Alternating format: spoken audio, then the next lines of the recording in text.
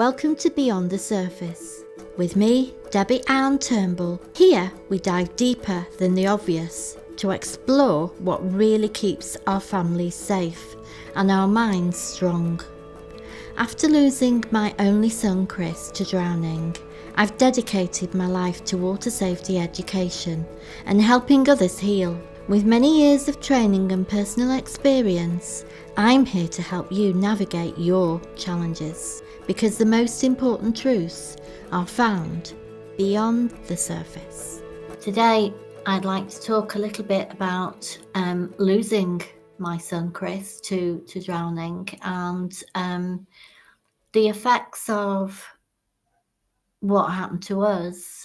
And one of the main issues that always arises when you lose someone by accident, and particularly a young person, they get caught out more than older people, I feel.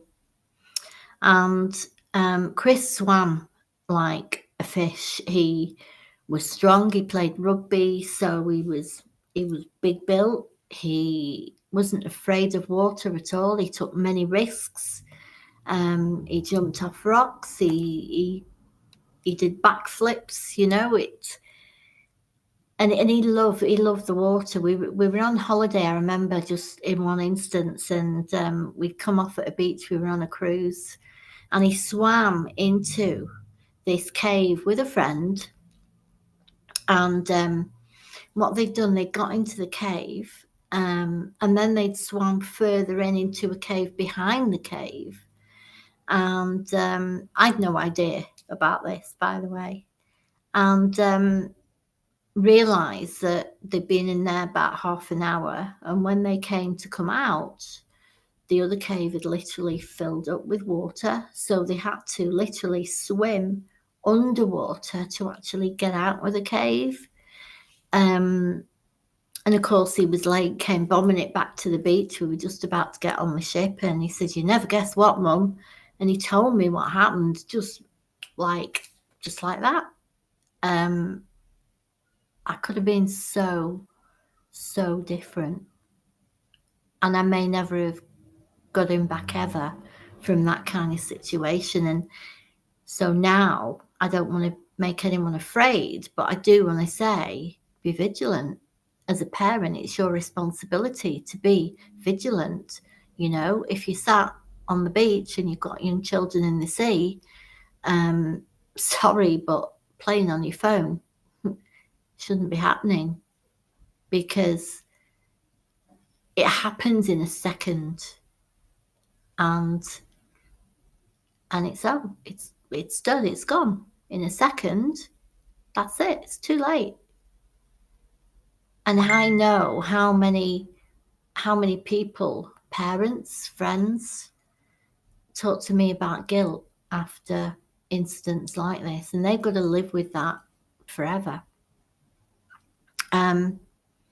So today I wanted to explain a little bit about what happened to Chris, why it happened to him, and therefore giving people a bit of an insight as to, you would never even imagine that for 1 minute. So Chris went to a place called Capelcurig, and he had been there all summer.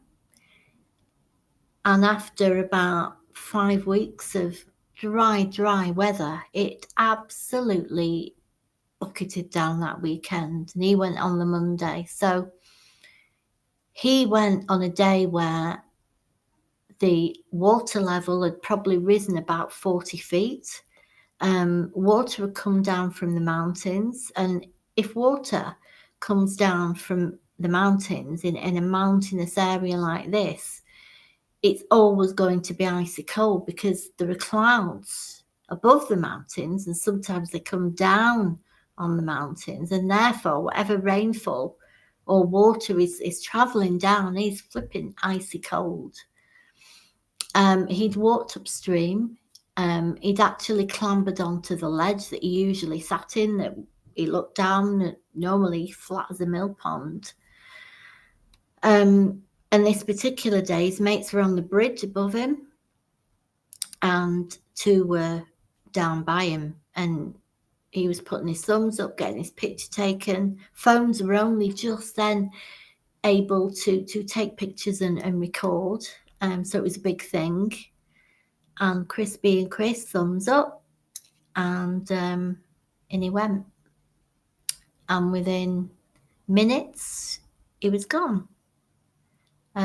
His friend tried to save him, but he fell into what's called a boil, which is not the water's hot. It's the circulatory process of the water buildup going round and round and creating a massive whirlpool and a vortex that just is suction. And once you get into that situation, it's very difficult to get out because it's churning and churning and churning.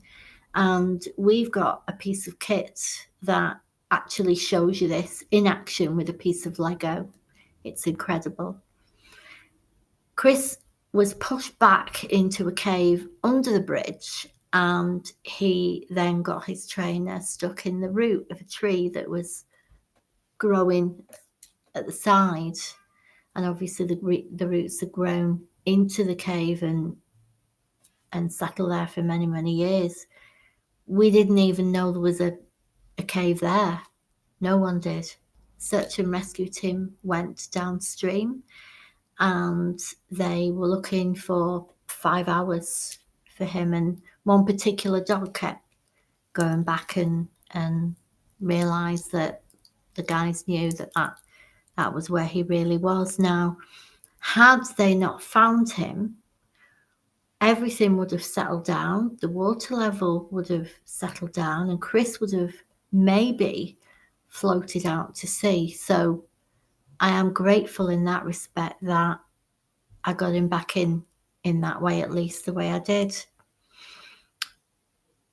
The reason that if anyone, whether it be what age it is, if anyone's jumping into ice cold water, if it's in the sea or in a river, a lake, a quarry, each one has got different reasons, different dangers, slightly different dangers. But the main thing I want to talk about today is what's called cold water shock. Now, I always say this attributes to the death of the victim, because there are other things as well. We were aware that he probably banged his head badly as well. And of course, with the shock, the body starts to shut down. Even if you're fighting for your life, very quickly, because of the sharp intake of breath and water, and the actual shock of the feeling of cold. You know yourself, if you get in a cold shower, you know, it makes you jump. And that causes a heart attack. And no matter how strong you are, how good you are, you've no chance. You really have no chance. If you're in the sea, it's different, because you can be shocked and cold. But the best thing you can do if you are in the sea and you are able to focus your mind is to do what we call float to live. Now, that's where you put your arms out, you literally float, you relax, you take deep breaths, and you absolutely trust and relax, and just let your body float, balance yourself. And when you're ready, you just shout help as loudly as you possibly can. Float to Live has saved so many lives over the years. This year, in the past, I've got so many stories that has saved people's lives. But I've got to stress so much that if you jump into a quarry, you know, you think it's all nice and flat. There's rubbish in there, there's machinery in there. And a lot of people see that and think, oh, that'd be brilliant. They don't even imagine or give it thought as to how they're going to get out. There's no ladders usually. You've got to clamber out of there. And again, you're in the middle of nowhere. No phone signal, no passers-by. it's just, you've got to be aware of these things that you might not think about, and they're over so quickly. Just to give you an insight, the temperature that day on August the 14th was actually between 3 and 4 degrees, and that is what you would equate with the temperature of your fridge at home. And when I do these talks in schools or in youth groups or in the keynotes that I do, that's the one thing that people are so shocked about, the actual temperature. And it's like a light bulb moment, because they actually get it. They put one with the other.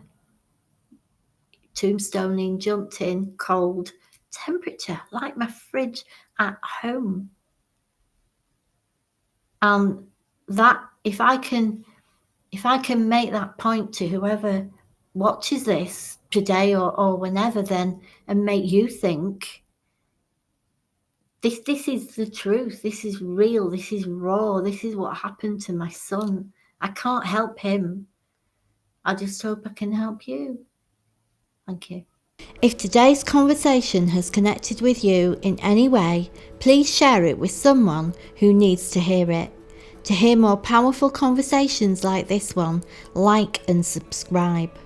For practical resources from today's episode, please check out the details below, where you'll find free downloads, workshop information and ways that we can work together. If you're ready to take the next step in your family safety journey or your mental and spiritual well-being, I'd love to support you. Until next time, stay safe, stay strong, and remember, you have everything you need within you to protect what matters most.